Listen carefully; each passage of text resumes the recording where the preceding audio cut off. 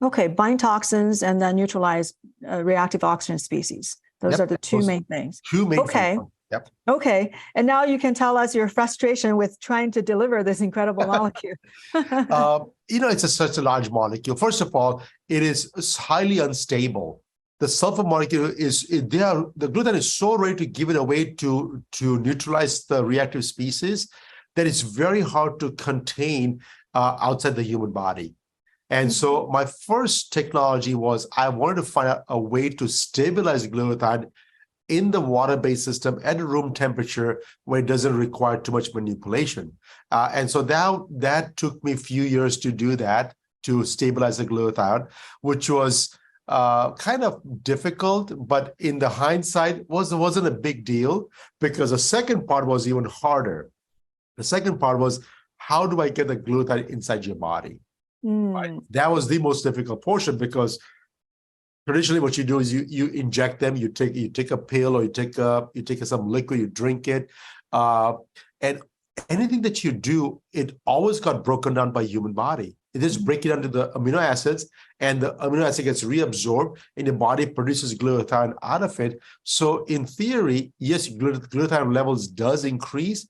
It's not because it's absorbing glutathione, it's that it's using the components to make its own glutathione. And so that did not jive very well for me. So if that's the case, I can just give you the 3 amino acids and just make it, call it a day. And actually, it does work. FDA has approved one of the amino acids as a form of treating patients to improve glutathione and reduce thyroid toxicities. It's called N-acetylcysteine. It's approved by FDA back in the 60s. So it's already there. Yeah. So my dilemma was to get this molecule into your body. And so that took me a couple more years. And when I did that part, we use a technology that doesn't exist at this point. Even after 14 years, there are not too many products out there using this technology to actually deliver some sort of medication, some sort of molecule through your body.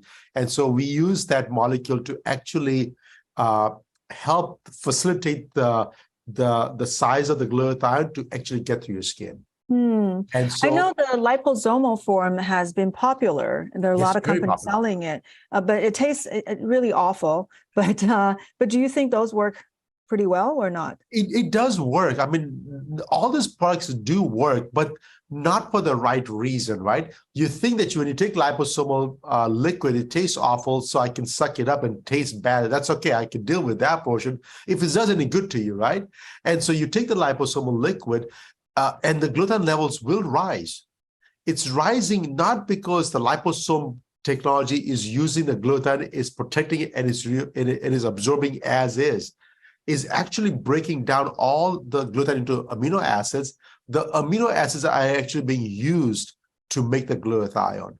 Wow. So the whole point of protecting it using the liposome spheres is not working.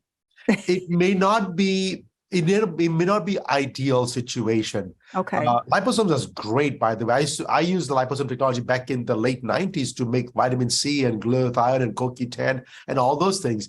But I was not getting the results that I wanted. So back in the late 90s, nobody heard about liposome technology. So when we first made those products, it was like, yes, it's great, tastes bad, it's okay, but outcomes were not there, right? When my doctor calls me and says, hey, I want to make this product because this is the markers I'm looking for. If the outcomes are not there, then why make a product? So even though I had the liposome technology back in late 90s, early 2000, I was looking for something better. And so that's where my research led to me to today. Yes. So we did discover something. We did discover glutathione back in 2007, but again, there was no published data on it. So it took me 11 or 12 years just to figure out what to do with it, how much to give, how often to give, what kind of outcomes am I going to get out of it. And so I can release the product to the open public. I was just working with physicians all over the United States to use this in treatment options via prescriptions. So that's how we did it. Okay. So that's a spray that you developed. That's a spray we developed. For prescriptions from the doctors only. Yes, Yeah. originally, because the thing is, we had no idea what to do, and I was working with a physician. So the physician will give me prescriptions to make a product, and I'll go ahead and make the product for that one patient at a time. Okay, so how did you develop this formula that can absorb through the skin so well? That was, again, I wish I can take all the credit, but like every great invention, it has been an accident, right? So okay, that's the secret of this whole story is that I wish I can take the credit of that. I worked on it diligently and created this molecule in my lab, and now I'm this mad genius. But I was actually working on the molecule, and I had no idea what I had created until about a year later. So I made the product. It was ready. It smells bad. I said, okay. It tastes bad. I said, oh God, it didn't solve the purpose. I was not ready to give it to my patients to swallow it because it's going to taste really, really bad, right? So I said, okay, I can't do that part. And so I shelved it. And when I shelved it, about a year later, we clean up the whole pharmacy once a year to make sure there's nothing expired, nothing in the pharmacy is left around, so that we just trash it or we dispose it correctly. And then when we found out that a year later the molecule is still stable, that's when we said, oh, back at my research book, because we all have the composition book that we write all the notes in there. We pull the old book out and say, okay, guys, let's start peeling the onion back. I said, what did we do back then? So that's when we discovered a year later what we already discovered a year ago, right? And so I had to go back and start looking at all my work, start putting all the paperwork together, and that's when we started working on this molecule more efficiently. And that's when we figured out that this actually goes topically and not orally, because something in the pharmacy was using topically, and they got the results immediately. And so these are all accidents, but it's more than one accident happening in a row that triggers that this was a novel invention for us. Yeah. So you added some molecules onto the glutathione molecule. Yes. Is that how you did it? Yeah. So we use a bunch of polysaccharide molecules, cyclodextrins to be known, but there are multiple different types of cyclodextrins, and using multiple of those to do the chemical cap so it doesn't get oxidized, using the protein so it gets compressed so it can get through your skin. So there's multiple different molecules that have been used. And then there's a process on putting one piece after another chemically to make sure that the molecule is stable and it stays intact at all times. So that's something that took us a while to develop that portion.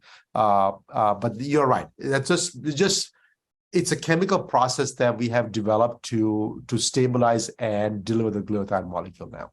So when it's absorbed by the skin, does the extra molecule detach and then you get the original glutathione? So when we put a chemical cap, it's like wearing a cap. It's not attached to the body. It's loosely bound, which gets dislodged into your body. Can it get dislodged earlier before it gets into the body? Probably so. And that's where the shelf life comes in, right? How long does it stay stable in that in this form?